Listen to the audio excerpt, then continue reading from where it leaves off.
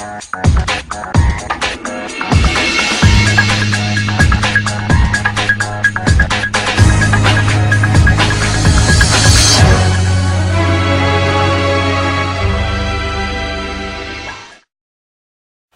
here at TeamEccenTrick. Gonna bring you guys another duel commentary video. This time it's Joe on the left playing his ninjas, and TJ on the right playing his zombie world, whatever, the zombie deck. This matchup was filmed alongside a series of other matchups that we did, I think probably within a week or two of whenever this video would be posted. We've got a lot of good content up or filmed, so we should be posting that soon. Hopefully you guys see a lot of the duel videos. I'll be posting as much as I can within the coming weeks. But regardless, we are getting started. So I believe TJ decides to go first, since he did roll higher. And TJ actually has an interesting little combo in his zombie world deck. It's actually kind of nifty.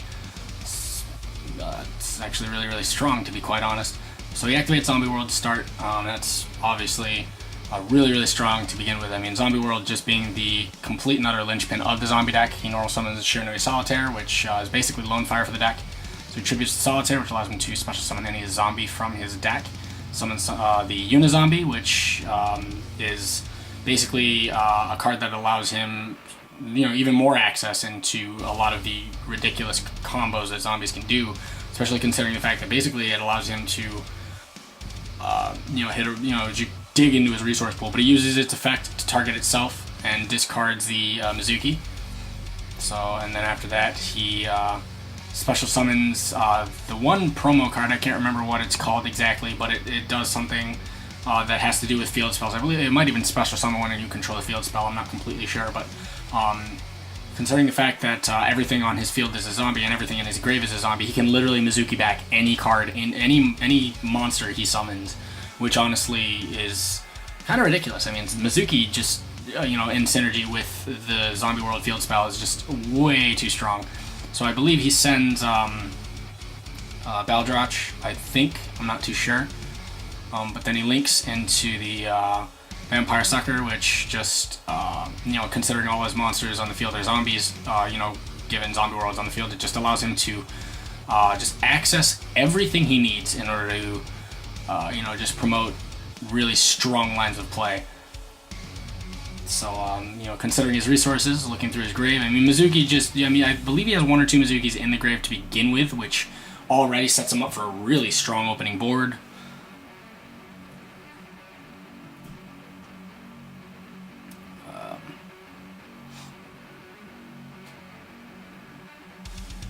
He banishes the Mizuki and special summons something. I can't tell what that is, but he special summons something, and that allows him to draw for Vampire Sucker. And another thing too, as a side note, guys, we actually timed these matches. So he sets a card, and then he passes. Actually, I think that is the Baldrach. But like I said, we timed these matches only because we don't want the matches to go past 20 minutes. Joe activates the Ninjutsu Hidden Art Village or whatever the field spell is. But being that ninjas are actually a control like a control style deck, I feel like going second is obviously not exactly beneficial for Joe's game plan. I mean, obviously he wants to normal summon his ninjas, make sure he has all his traps online, and start taking cards from his opponent's board, basically. So he activates the Ninjutsu art, which allows him to draw 2 cards and send the ninjutsus that he controls to the grave. Normal summons Yellow Ninja, not realizing that it becomes a zombie on the field.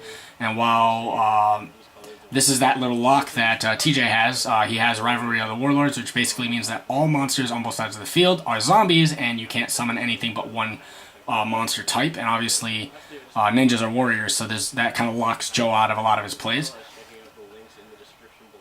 It doesn't hinder TJ in any way, shape, or form, because everything he plays is a zombie, obviously, and that's kind of the entire lock idea. But back to my initial point, we time these matches only because we don't want them to go, past 20 minutes. He normal summons the Gozuki, I believe, and We don't want these matches to go past 20 minutes, so we did actually do like end of match procedures at 40 minutes. Just like a standard tournament, and then he banishes Maduki, special summon Unizombie, and then he basically Joe scoops it up there, knowing that he can't really combat a board with the rivalry with the rivalry in the zombie world. That it just does not work in his favor in any way, shape, or form. But we figured that timing these matches would honestly help not only with being able to control the length of each of these games, but also at the same time it'll allow us to go into end of match procedures, and it'll make it easier on me for the editing. So it just all around, in my opinion, is beneficial to the way that we decide to do future duel videos from now on. But they're going into game 2 with sides, obviously, and the zombie world with the rivalry lock is actually really strong if you can manage to set it up, get it online in your first turn. It just locks your opponent out. And given that ninjas need multiple monsters on the board in order to function, as well as setting up their trap cards, it just put Joe in a really bad place in terms of the lines of play that he could have gone down, as well as set him turns behind. Just absolutely locked him out. But now they're going into game 2, obviously TJ giving it a power shuffle.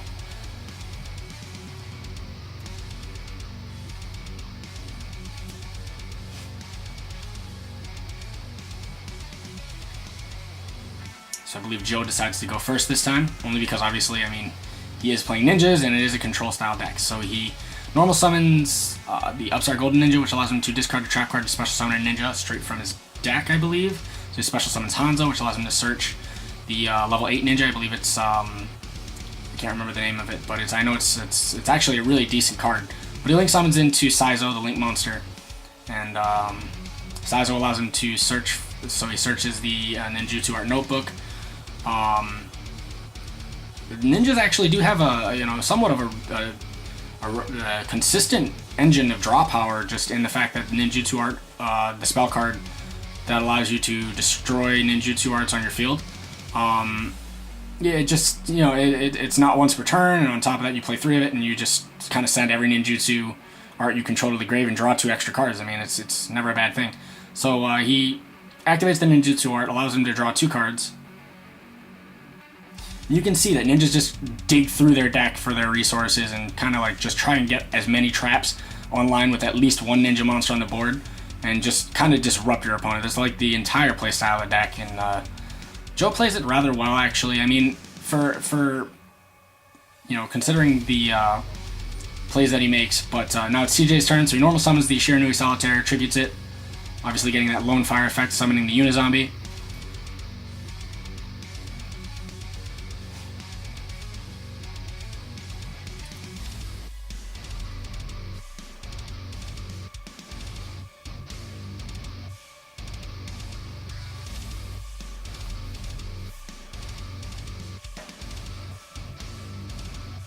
I feel as if the zombie deck, honestly, it's kind of a challenge going second, obviously, because you have to play through certain things. But obviously, the Joe doesn't have the biggest board in terms of negates, but he sends, I believe, either the Baildrotch or the Gozuki off of the Unizombie, and then sends the Banshee, which is honestly probably, in my opinion, one of the best cards in the zombie deck, only because it literally forces out a zombie world straight to your board, which is pivotal to, it's the linchpin of the entire deck. So getting one on the field is absolutely detrimental to your game state. So so I believe Joe activates Twin Twisters, targets the zombie world and destroys it. And then after that, he activates the Ninjutsu art. I believe it's Joe's turn at this point, by the way. So he activates the Ninjutsu art notebook. He activates the draw spell, which allows him to draw 2 cards.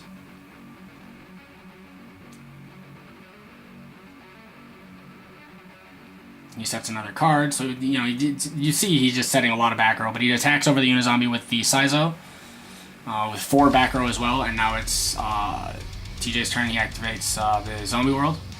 Normal summons another copy of Unizombie. Sends Mizuki from the hand to target the Unizombie to increase its level by 1, making it a level 4.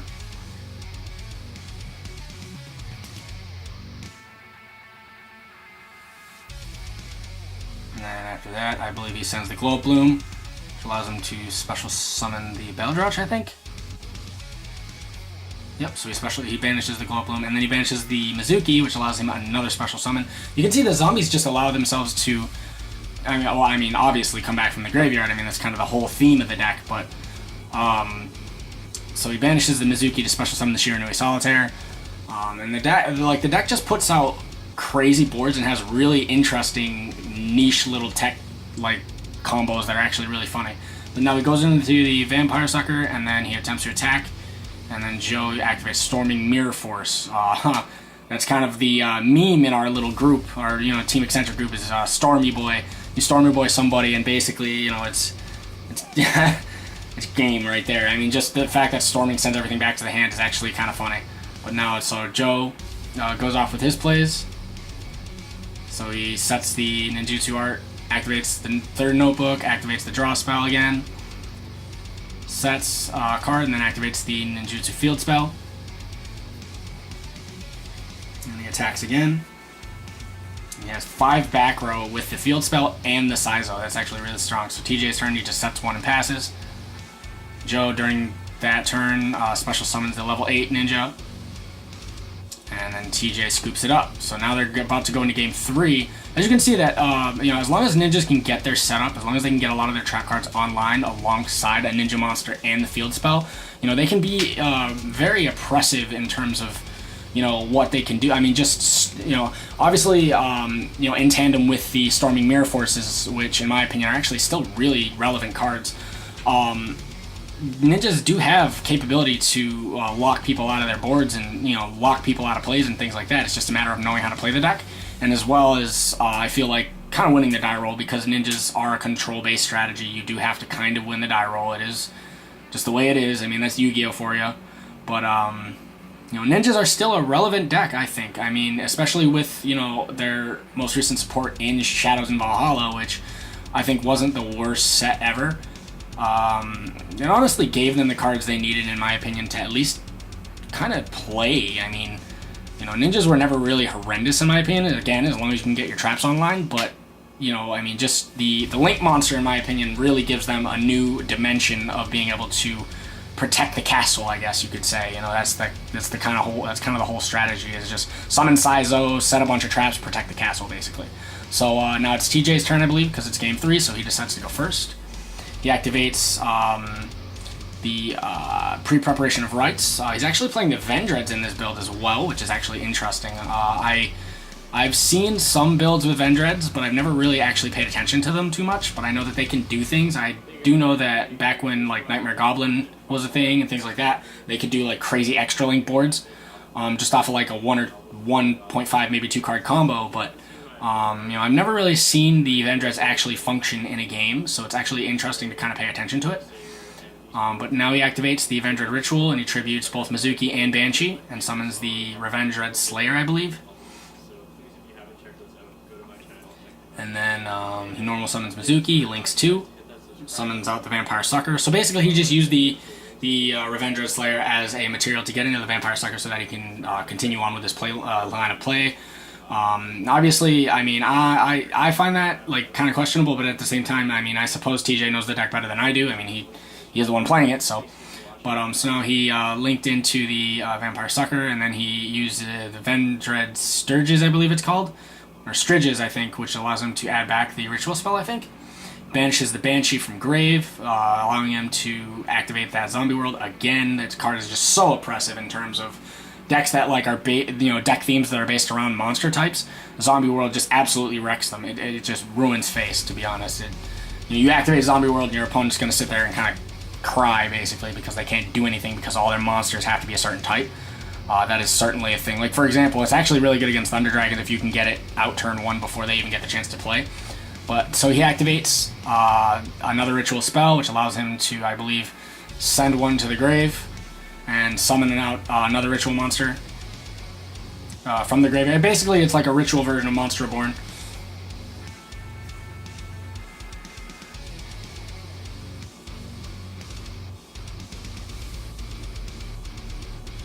After that, he links, I believe, into 4, and then he goes into Borolo Dragon. Very, Borolo Dragon obviously better going second, but it can be kind of an impressive card going first because it can chain block depending upon what deck your opponent's playing. But then he banishes the Mizuki to special back the Vampire Sucker.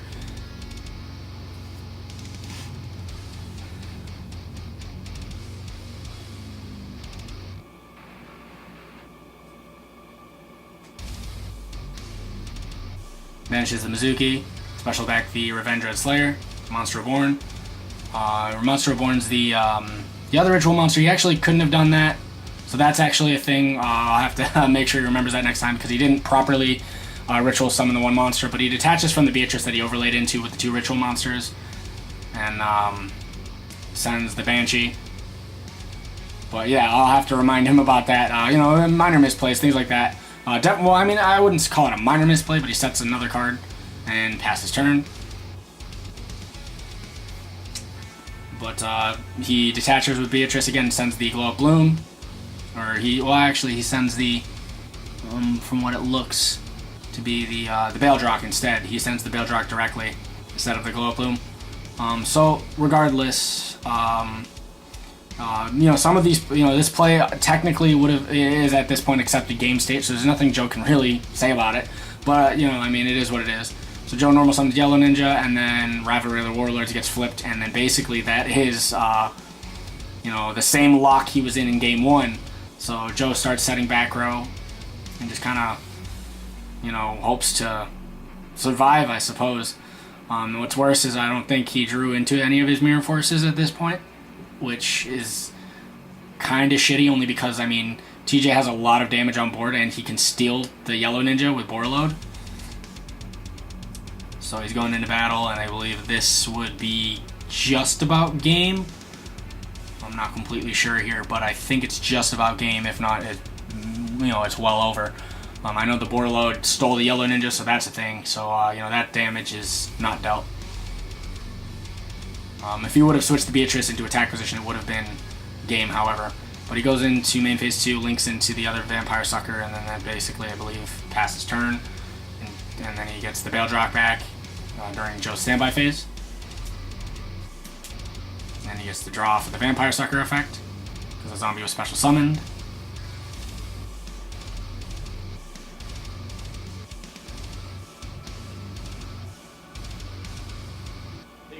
So Joe activates the Twin Twisters, attempting to blow up the zombie world in the rivalry. So that's actually a very good Twin Twisters. He activates reinforcements of the army, gets a search, attempts to, maybe play through this really oppressive board that TJ's going on here. I mean, a Borolo Dragon with 2 Vampire Suckers, a Baildrock, and the stolen Yellow Ninja.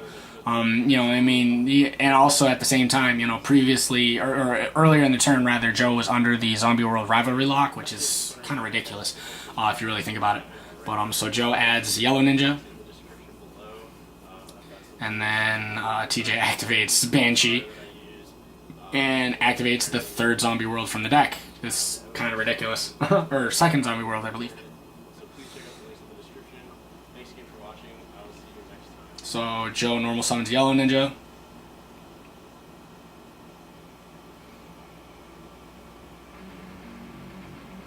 He attacks over the Vampire Sucker, dealing, I believe, either 100 or 300 points of damage. I can't remember Vampire Sucker's stats exactly, but so now TJ normal summons Shiranui Solitaire, attempts the effect, allowing him to special summon something.